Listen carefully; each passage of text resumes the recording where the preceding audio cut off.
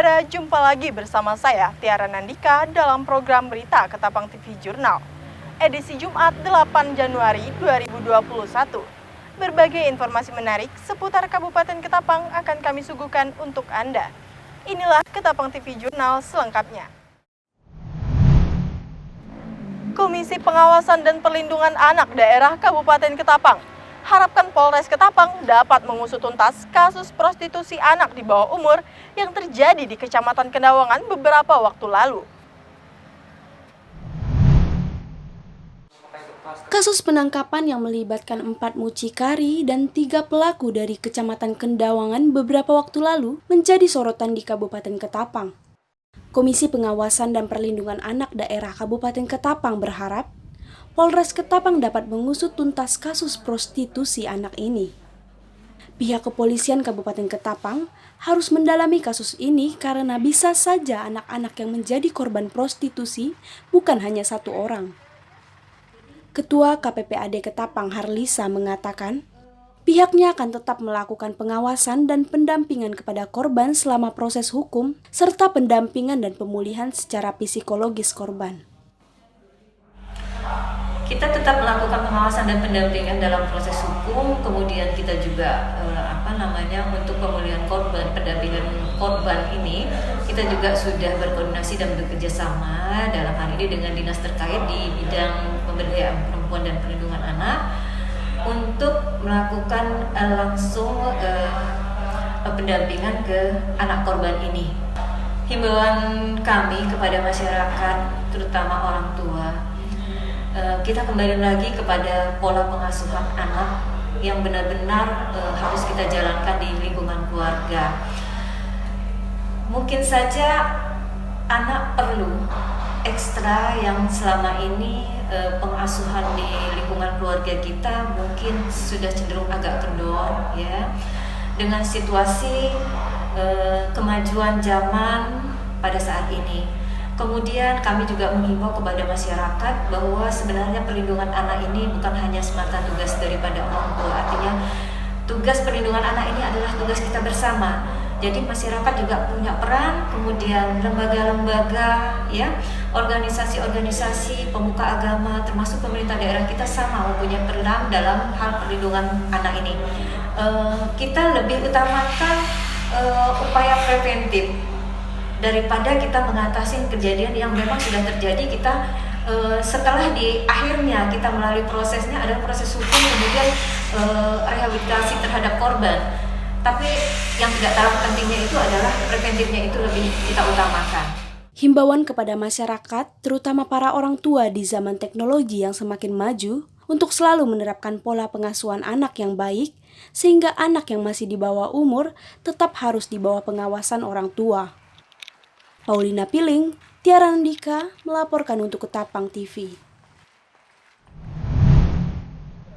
Aktivitas bongkar muatan di Pelabuhan Perintis Ketapang atau yang biasa dikenal dengan Pelabuhan Sukabangun milik PT Prindo 2 mulai bergulir.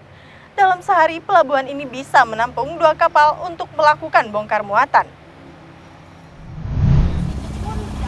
Beginilah aktivitas bongkar muatan di Pelabuhan Perintis Ketapang atau yang biasa dikenal dengan Pelabuhan Sukabangun. Pelabuhan ini milik PT Pelabuhan Indonesia 2 Persero yang menjadi tempat kapal-kapal berlabuh untuk mengantarkan berbagai muatan. Beberapa kapal yang sering berlabuh di pelabuhan ini yaitu kapal KLM, KM, dan Roro. Kapal-kapal ini membawa berbagai pasokan sembako, sayuran, semen, pupuk, dan muatan lainnya. Kapal-kapal ini berasal dari berbagai daerah di Indonesia. Selain itu juga, pelabuhan ini digunakan sebagai tempat berlabuh kapal feri penumpang tujuan Semarang Ketapang. Kapal kita biasanya KLM, KM, dan Roro, Mbak. 80% sih dari Semarang, sisanya dari Jakarta, Tegal. Bongkar muatan di sini bongkar muatan apa saja, Pak? Semen, pupuk, sembako. Roro ini kan biasanya sayuran. Kapal-kapal yang berlabuh di Pelabuhan Perintis Ketapang ini, 80% kapal yang berasal dari Semarang. Rudi Hartono mengatakan, Pelabuhan ini sudah sesuai dengan standar yang berlaku.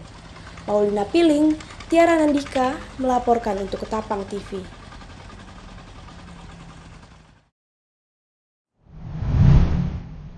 Sebanyak 10.000 vial vaksin jenis Sinovac yang merupakan vaksin COVID-19 telah tiba di Kalimantan Barat.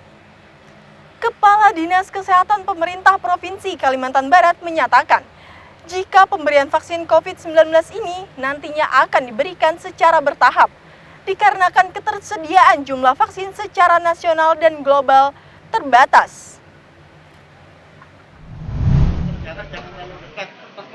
10.000 pil vaksin jenis Sinovac yang merupakan vaksin COVID-19 telah tiba di Kalimantan Barat pada 5 Januari 2021 Selasa lalu. 10.000 pil vaksin perdana ini nantinya akan dibagikan ke sejumlah kabupaten kota di Kalimantan Barat jika sudah mendapatkan surat izin Emergency Use Authorization atau penggunaan dalam darurat dari Badan Pengawas Obat dan Makanan atau BPOM.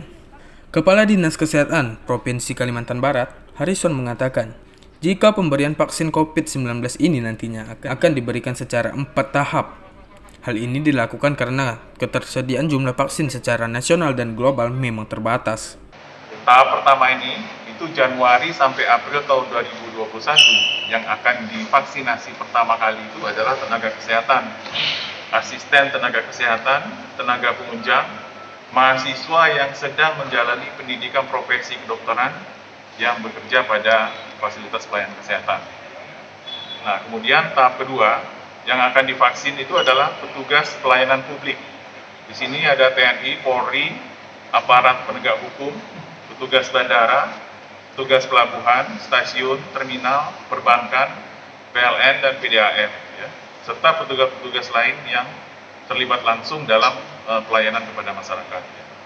Nah, kemudian dalam tahap 2 ini juga ada kelompok usia lanjut di atas 60 tahun yang akan divaksinasi.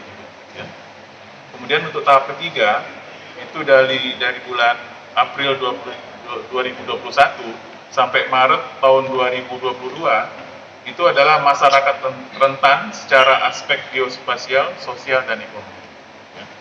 Nah, ini periode berikutnya adalah masyarakat yang kita anggap rentan.